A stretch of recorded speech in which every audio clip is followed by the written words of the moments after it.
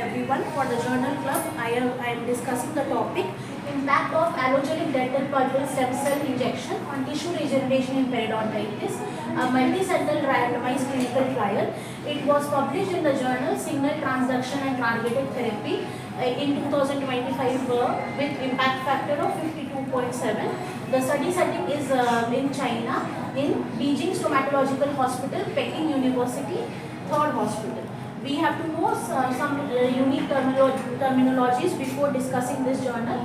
First of all, what is allogenic stem cells? These are the stem cells obtained from the different donor systems of the various species, not only from the patients themselves. Single versus double injection. In this, they have injected single dose also, double dose injection also. There is a comparison between one time and the repeated stem cell injection administration to assess the dose response curves. Safety set. It is a group of participants that are analyzed specifically for the adverse tissue events and the safety profiles.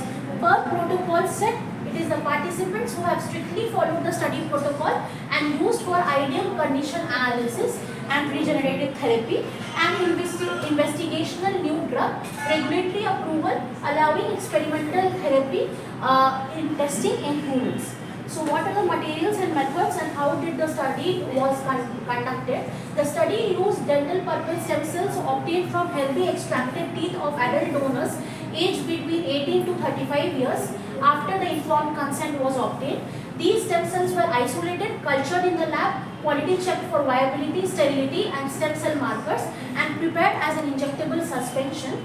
A randomized placebo-controlled clinical trial was conducted at 2 hospitals in China, involving 132 patients as a whole with chronic periodontitis aged between 18 to 65 years. All patients received the first standard scaling and root planning, after which the experimental group received the injection, which is the minimally invasive injection of dental pulpal stem cells directly into the periodontal bone defects, while the control group received saline injections. Comparisons was done and patients were followed up for 6 months and treatment outcomes were assessed using clinical parameters such as attachment loss, probing depth differences, gingival recession outcomes, tooth mobility and radiographic bone defect depth were measured by code being CBCT.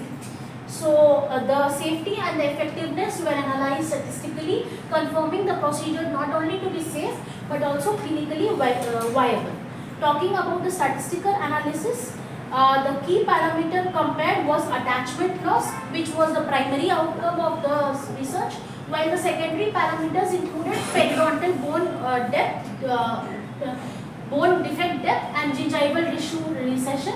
Also the tooth mobility. The comparisons were performed using student t-test and t-value of less than 0.05 was considered significant.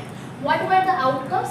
The changes in the attachment loss in the patients with stage 3 periodontitis, the injected group showed a significantly greater improvement in attachment loss at 6 months compared to the saline group. This confirmed that the stem cell injection provided superior periodontal regeneration. Changes in the periodontal probing depth, PD reduction was significant greater in the DTSC group rather than the control group. Bone defect depth, the CBCT based measurements showed a statistically significant reduction in the bone defect depth in the injected group compared to the saline control group, indicating true alveolar bone regeneration.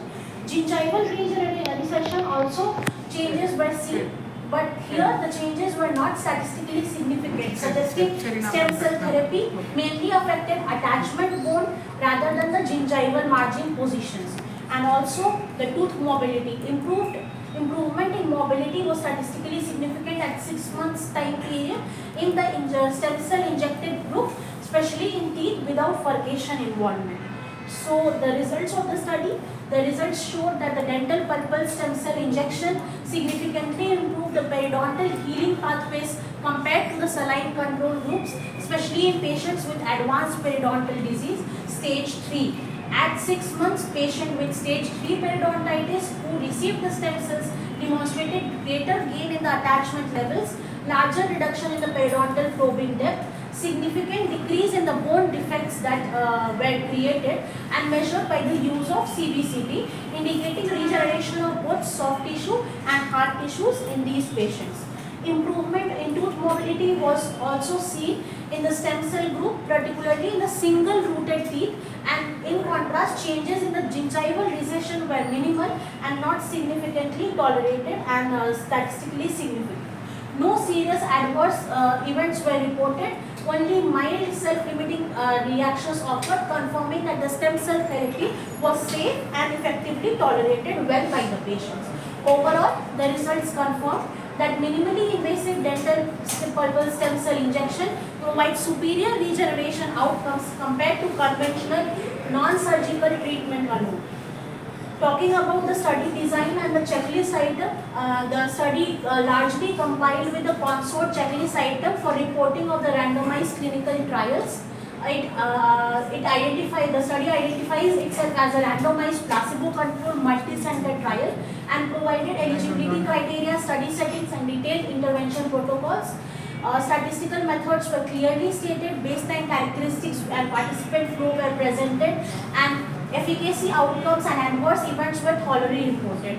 Ethical approval, trial registration, funding sources and conflict of interest declarations were included. But some items of the consort checklists that only were partially addressed included incomplete trial details on blinding, that is specifically on the operator blinding procedures, and the absence of formal sample size calculation in the phase 1 safety trial was not reported. Also, the interim analysis, stopping rules and the explicit statements on the protocol modifications in between during the trial were also not reported. So the study demonstrates strong methodological rigor with minor limitations of typical early phase and procedure clinical trials. When we talk about the strength of the study, it has a robust study design because it is multi-center randomized placebo-controlled clinical trial which strengthens the validity of the study as a whole. Minimally invasive approach, use of non-surgical method, stem cell injection offers a clinically, practically viable, patient-friendly alternative to surgery. Clear primary outcome was established. Attachment loss was predefined as a primary endpoint, reducing outcome reporting bias. Objective measurements, use of the CBCT for bone depth defect provided accurate and reproducible radiographic results. And assessment, well-defined patient selection, strict inclusion and exclusion criteria minimize the confounding biases. Also, the standardized baseline therapy. All patients received firstly scaling and root training before the intervention. Either it is the stem cell injection or the saline injection, in ensuring fair comparison. Dose exploration, evaluation of the different stem cell doses and single versus double injection enhanced translational relevance. Comprehensive safety assessment. Adverse events were systematically monitored with no serious complications that is occurring between the experimental group. Regulatory and ethical compliance, trial registration, ethical approval and informed consent were clearly documented throughout the study. When we talk about the limitation, short follow-up period, the study was followed up only for about 6 months. Limiting conclusion on questioning about the long-term stability of regeneration as a whole. Incomplete blinding protocol. Operator blinding was not clearly described in the study, which may introduce bias, that is procedural bias. Phase 1 sample size. The phase 1 trial had a small sample size and no power calculation was done, reducing statistical rigor and strength. Heterogeneous patient population. Variability in disease severity, aging between 18 to 65 years, required post hoc subgrouping analysis which may affect this interpretability in future. Limited generalizability. The study was conducted only in the Chinese clinical centers, which may limit to the geographical area, and to other populations we have to see in the future directions. Also, no comparison with surgical regeneration. The intervention was not compared directly with the standard surgical regenerative procedures that are done in the periodontal therapy. Single stem cell source, only dental pulpal stem cells were evaluated. Results cannot be extrapolated to other types of stem cells. Also, lack of long-term safety data. Also, the short-term safety data profiling for 6 months was done. Long-term immunological effects of the allogenic stem cells remain unknown. So what can be done in the future is talking about in the future directions. First of all, long-term follow-up on the studies. Conduct trials that extend not only to 1 year, up to 5 years to evaluate the durability and the stability of the periodontal regeneration needs to be done. Larger multi-center trials include a greater number of patients across different geographical areas and ethnic groups to improve the generalizability. Optimization of dosing and timing determine how the ideal stem cell single dose, whether it is repeated or booster dose injections are needed to enhance the outcomes that can be done in the future study. Comparison with surgical therapies. Existingly, comparison between the direct compared stem cells injection with the conventional surgical therapy to establish relevant efficacy can be done. Early stage disease evaluation. Assess the benefits of the dental pulpal stem cell therapy to mild and moderate periodontitis can be done in the future.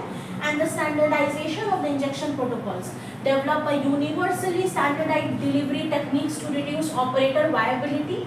And we can have mechanistic studies as well, which will investigate not only the molecular and the immunological mechanisms which are underlying the stem cell mediated periodontal regeneration in future, and also the cost effectiveness analysis, evaluate the economic feasibility and accessibility for the routine clinical use in future can be done. Thank you.